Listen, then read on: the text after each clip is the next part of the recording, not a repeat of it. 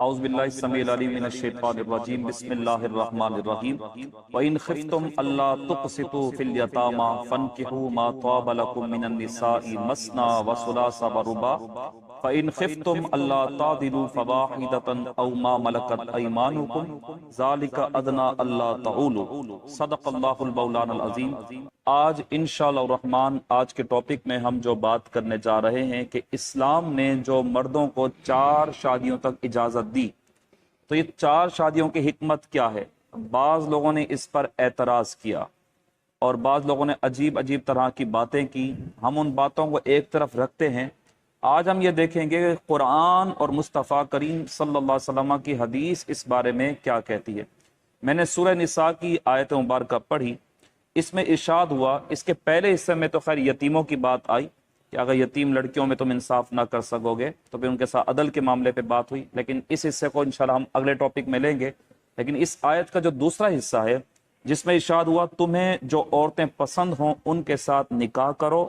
2 سے، 3 سے، 4 سے۔ سب سے پہلے ایک بات یاد رکھیے گا کہ اسلام نے جو شادی کا تصور کانسیپٹ دیا ہے وہ یہ دیا ہے کہ آپ 2 سے کرو، 3 سے کرو، 4 سے کرو، لیکن اگر تمہیں اندیشہ ہو، ڈر ہو کہ اگر تم نے 2 شادیاں کی، 3 کی یا 4 کی،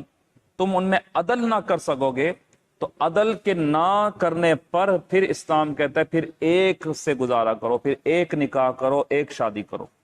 عدل و انصاف کو تم اگر قائم نہ رکھ سکو۔ اب یہ عدل و انصاف کیا ہے کہ اگر آپ نے ایک شادی کر لی، وہ زوجہ آپ کے نکاح میں آپ کے گھر میں آ چکی ہیں اور آپ کو خواہش ہے کہ آپ دوسری شادی کرنا چاہتے ہیں اور اسلام نے آپ کو اس کی اجازت دی ہے۔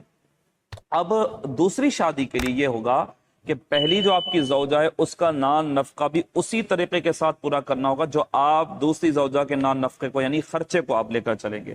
اس کی پسند ناپسند کا خیال اگر آپ نے دوسری زوجہ کو رکھا تو پہلی زوجہ کو آپ اس لیے نہیں چھوڑ سکتے یا اس کے حقوق اس لیے کم نہیں کر سکتے کہ اس کو تو زیادہ عرصہ میرے پاس ہو گئے۔ دین نے عدل کی بات کی،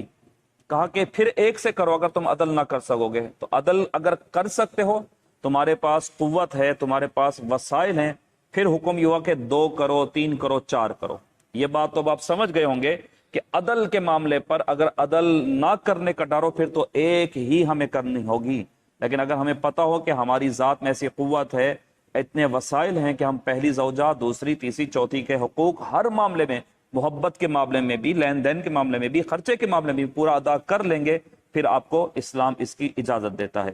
اچھا، اب ہم اجازت کے معاملے پہ دیکھیں گے۔ کچھ آزاد خیال مسلمان ہیں جنہوں نے اپنے آپ کو حقوق انسانیت کا نہ جانے کیا علم بردار سمجھ لیا، پتہ نہیں کیا کیا سمجھ لیا،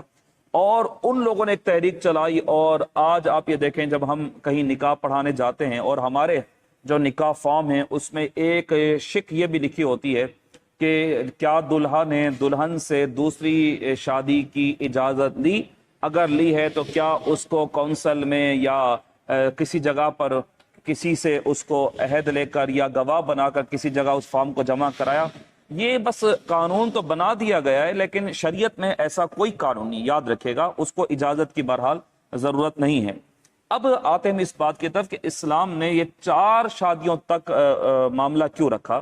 اس پر یاد رکھے گا کہ اگر آپ سروے کریں یا میڈیکل رپورٹ لیں، ملک پاکستان کی لے لیں بلکہ دنیا کی کہیں کی بھی آپ لے لیں، تو مردوں کی اوسط نسبت جو ہے عورتوں کی پیدائش زیادہ ہوتی ہے، بچیاں زیادہ پیدا ہوتی ہیں۔ اگر ایک مرد کی پیدائش ہوئی ہے تو یاد رکھے گا دوسری جگہ 2 بچیوں کی پیدائش ہوتی ہے، یعنی ایک بچہ پیدا ہو رہا ہے تو 2 بچیاں پیدا ہو رہی ہیں۔ اس مناسبت سے اگر ہم سوچیں، وہ جو ایک پیدا ہونے والا بچہ ہے، دوسری جو 2 جگہ 2 بچیاں پیدا ہو رہی ہیں، اس کے ایک کے ساتھ اگر جوڑا بنتا جائے تو باقی جو بچیاں بچ جائیں گی ان کا کیا ہوگا؟ لہٰذا چونکہ خواتین میں بچیوں کی پیدائش کے مرحلے زیادہ ہوتے ہیں، اسلام نے اس چیز کو مد نظر رکھا تاکہ تمام بچیوں کو تحفظ مل جائے، شوہر والی ہو جائیں، ان کا نکاح ہو جائے، ان کی شادیوں کے تمام معاملات احسن طریقے کے ساتھ مکمل ہو سکیں۔ تو یہ 4 شادیوں کی ایک پہلی حکمت یہ تھی کہ بچوں کی نسبت بچیاں زیادہ پیدا ہوتی ہیں، تو لہٰذا اب ان کو تحفظ دینے کے لیے ان کے تمام معاملات، ان کے حقوق ادا کرنے کی ضرورت تھی، ان کو نکاح کی۔ تو اگر مرد کم ہیں تو اب مرد کم ہیں تو اس لیے ان کو اختیار دیا کہ اب شادیاں کرو، نکاح کرو، 2 سے، 3 سے، 4 سے۔